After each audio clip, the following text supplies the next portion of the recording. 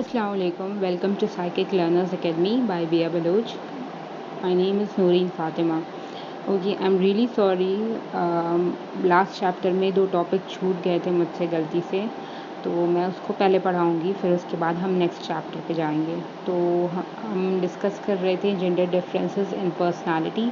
तो हम gender altruism and gender self confidence and self esteem नहीं पढ़े थे। ओके, तो जेंडर अल्ट्रुइज्म क्या होता है कि कोई भी ऐसी बिहेवियर, कोई भी ऐसी हेल्पिंग बिहेवियर, जैसे कि आप अगर किसी की मदद करते हो बिना किसी एक्सपेक्टेशंस के, बिना किसी रिवॉर्ड के, तो उसे कहते हैं अल्ट्रुइज्म भी। The special form of helping behaviour that is voluntary मतलब खुद से करना, कॉस्टली है जिसमें आपका नुकसान ज़्यादा हो या लाइक आपको जिसकी कीमत चुकानी पड़े, and motivated by a desire to improve another person's welfare. और आप मोटिवेटेड हैं और आप ये सोच रखते हैं, ये इस चीज़ की चाहत रखते हैं कि आप दूसरों की ज़िंदगी थोड़ी बेहतर कर दें, rather than anticipation of reward. और आप कोई भी रिवॉर्ड, कोई भी एडवांटेज विश नहीं करते हैं। ओके, तो ये ऐसी हेल्पिंग बिहेवियर को कहते हैं अल्ट्रुइज्म। अब रिसर्च स्टडी के थ्रू ये पाया गया है कि जो वुमेन होती हैं वो ज़्यादातर इसमें इंडल्ज होती हैं इन अल्ट्रुइस्टिक बिहेवियर और self sacrifice for others welfare rather than male. But ऐसा कोई एम्पेरिकल एविडेंस, कोई भी ऐसी रिसर्च नहीं हुई है, कोई भी ऐसी एविडेंस नहीं है कि इससे ये पता चल सके कि जो परफॉर्मेंस है अल्ट्रुइस्टिक बिहेवियर की, किस तरह का अल्ट्रुइस्टिक बिहेवियर, क्या परफॉर्मेंस है, क्या कितनी अच्छी altruistic behaviour male and female के बीच, तो वो उसकी डिफरेंस अभी तक किसी भी स्टडी में नहीं आई है। बट हाँ, ये बात है कि जो वुमेन है वो ज़्यादा इंडल्ज होती हैं इन अल्ट्रुइस्टिक बिहेवियर। अब जो इमरजेंसीज़ होते हैं, इमरजेंसीज़ में आप जानते होंगे इसका जवाब, जो इमरजेंसी या डेंजरस सिचुएशन होते हैं उसमें मेन ज़्यादा इंटरवीन करते हैं, मेन ज़्यादा इंडल्ज होते हैं। In a study reported by Huston and others 1981, all people in their sample who intervened to stop criminals were men। एक स्टडी की गई थी हस्टन एंड काफ़ी और लोगों के थ्रू, काफ़ी और लोगों ने भी की थी, हस्टन एंड काफ़ी और लोगों ने उस 1981 में उसमें ये पाया गया था, जो सैम्पल थी उसमें क्रिमिनल्स से कुछ लोगों को स्टॉप करना था, क्रिमिनल्स को स्टॉप करना था, तो वो स्टॉप करना वुमेन ने नहीं किया था, ज़्यादा मेन ने किया था। तो एक ट्रेडिशनल थॉट भी ये है कि लोग ये भी सोचते हैं, लोग या अपने जहन में ये ख्याल रखते हैं कि जो मेल्स हैं उनको लाइक हीरो की तरह बिहेव करना चाहिए किसी भी डेंजरस सिचुएशन में। ओके, आप देखे होंगे ज़्यादातर कार्टून्स जो भी होते हैं, जो ड्रामाज होते हैं, उसमें जो कोई हीरो या कोई बचाने वाला आता है जो सारे इंसान को बचाता है किसी मूवी या ड्रामा में, तो वो मोस्टली मैन होते हैं। Men and women both may consider the consequence of also, as we know कि men ज़्यादा इंटरवीन करते हैं, इंडल्ज करते हैं रिस्की सिचुएशन में, तो वो ये सोचते हैं कि कोई इतनी बात नहीं है, मैं ये काम कर सकता हूँ, कोई भी रिस्की सिचुएशन में उतना डरते नहीं। क्यों? क्योंकि वो खुद को फिज़िकली स्ट्रॉन्गर समझते हैं, अपने सेल्फ डिफेंस ट्रेनिंग होती है उनके में।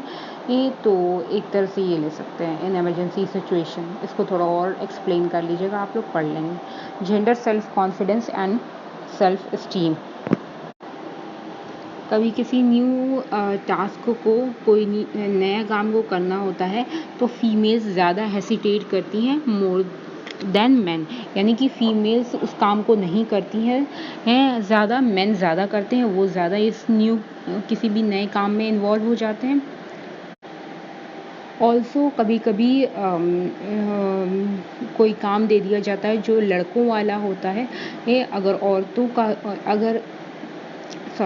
अगर कभी कोई काम होता है जो कि औरतों वाली होती है और मर्दों को दे दी जाती है कि आप ये काम करो, ओके, जैसे कि कुकिंग या क्लीनिंग ही दे दिया जाए, तो वो थोड़े लेस कॉन्फिडेंट होते हैं, वो उनके में कॉन्फिडेंस थोड़ा कम होता है कि हम ये कैसे करेंगे, हमसे नहीं हो पाएगा।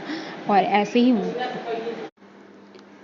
ही सेम वुमेन के लिए भी होता है, अगर उन्हें कोई मर्दों वाली काम दी जाती है, जैसे कोई मैकेनिकल वर्क हो या फिर कोई कभी बाहर जा कर के कोई सामान ले आना हो तो वो थोड़ी कम कॉन्फिडेंस होता है उनमें। ऑल्दो इतना जेंडर डिफरेंस नहीं होता है सेल्फ स्टीम में, बट मेन जनरली ही उनके पास ज़्यादा सेल्फ स्टीम होती है than women, and there are various factors which affect which contributes or which gives a result to this difference. Now we are on the topic cognitive differences, that is lesson number 21. Men are thought to be more intelligent and capable of wise and quick decision making. Okay, तो men को ज़्यादा intelligent, ज़्यादा capable समझा जाता है, ज़्यादा वो अच्छे से डिसीजन ले सकते हैं, बट वुमेन को समझा जाता है कि वो ज़्यादातर लॉजिक नहीं यूज़ करती बट इमोशन यूज़ करती हैं। वो कहते हैं ना कि आप तो दिल से नहीं सोच रहे, दिल से सोच रहे हो, आप दिमाग से नहीं सोच रहे। तो वुमेन इस तरह की होती हैं mostly, and when a women कभी मैन और वुमेन दोनों की आईक्यू लेवल सेम होती है, बट फिर भी due to gender stereotype men को ज़्यादा रिलायबल, मेन की को ज़्यादा रिस्पॉन्सिबल, मेन को ज़्यादा इंटेलिजेंट समझा जाता है। ऐसी कोई ख़ास रिसर्च फाइंडिंग नहीं है जिससे ये इंडिकेट हो जाए कि जेंडर डिफरेंस वाकई है इंटेलिजेंस और कॉग्निटिव एबिलिटी को लेकर। अब ये कुछ स्टडीज़ हैं जो कि ईजी हैं, आप खुद पढ़ लेंगे। जेंडर डिफरेंसेस इन आईक्यू, ऐसी कोई बहुत स्ट्रॉन्ग, बहुत ही स्ट्रिक्ट एविडेंस नहीं है जिससे पता चले कि जेंडर के बीच वाकई डिफरेंस है इन आईक्यू स्कोर, बट ऐसा माना जाता है कि जो फीमेल्स होती हैं वो ज़्यादातर वर्बल स्किल्स में अच्छी होती हैं, मेल्स ज़्यादातर मैथमेटिकल स्किल्स में अच्छे होते हैं। ऑल्सो मैकोबाई एंड जैकलिन की एक स्टडी 1974 में की गई थी जिसके रिजल्ट्स ये आए थे कि जो बॉयज़ होते हैं वो क्वांटिटेटिव स्किल्स में ज़्यादा अच्छे होते हैं, और जो गर्ल्स होती हैं वर्बल यानी कि क्वालिटेटिव स्किल्स में ज़्यादा बेहतर होती हैं। ऑल्सो ये जो रिजल्ट्स आए थे वो और जेंडर स्टीरियोटाइप को स्ट्रेंथन करते हैं कि हाँ, मर्द तो वो क्वांटिटेटिव स्किल यानी मैथ्स में ज़्यादा अच्छे होते हैं, और जो लड़कियां होती हैं वो इंग्लिश या ग्रामर या वर्बल स्किल्स में ज़्यादा बेहतर होती हैं। हाइड एंड एसोसिएट्स 1990 में इन्होंने कुछ रिसर्च फाइंडिंग्स की थी, कुछ एक्सपेरिमेंट्स किए थे, ये कुछ एनालिसिस की थी जिससे ये पता चला कि जो मेल एंड फीमेल होते हैं वो ज़्यादातर डिफरेंस, उन दोनों में ज़्यादातर डिफरेंस नहीं होता है मैथमेटिकल परफॉर्मेंस में ये, एंड जो मिडिल स्कूल फीमेल्स होती हैं वो काफ़ी बेहतर होती हैं मेल्स से इन कंप्यूटेशनल यानी कि मैथमेटिकल स्किल।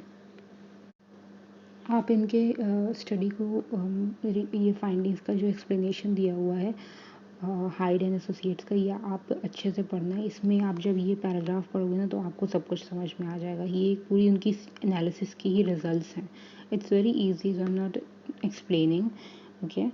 तो आप बस कुछ पॉइंट्स इसमें पिक करना और वो अपने एग्ज़ाम में लिखना। बट एक एक्सप्लेनेशन है सोशल लर्निंग एक्सप्लेनेशन इन जो कि इस gender difference in IQ level को बढ़ावा देता है ये जेंडर स्टीरियोटाइप की वजह से है। उसमें ये होता है कि जो मैथ्स सब्जेक्ट है वो अक्सर लोग कहते हैं कि ये तुम लड़कियों के लिए ठीक नहीं होती, लड़कियां कैसे करेंगी, लड़कियां इतनी अच्छी नहीं होती मैथ्स में, और बॉयज़ को वो चॉइस देते हैं। बॉयज़ को कहते हैं कि तुम मैथ्स लो, तुम्हारे मैथ्स स्किल्स अच्छे हैं, तुम बॉय हो, तुम मैथ्स नहीं कर पाते, बिकॉज उसको थोड़ा ड्राई, हार्ड, रफ टाइप लिया जाता है, विच इज़ अब कोई कोई टास्क होता है जो कि थोड़ी हार्ड होती है, थोड़ी टफ होती है, तो वो मेल्स को ही दे दिया जाता है ना कि आप करो, ये आप लड़के हो, आप ये काम करो।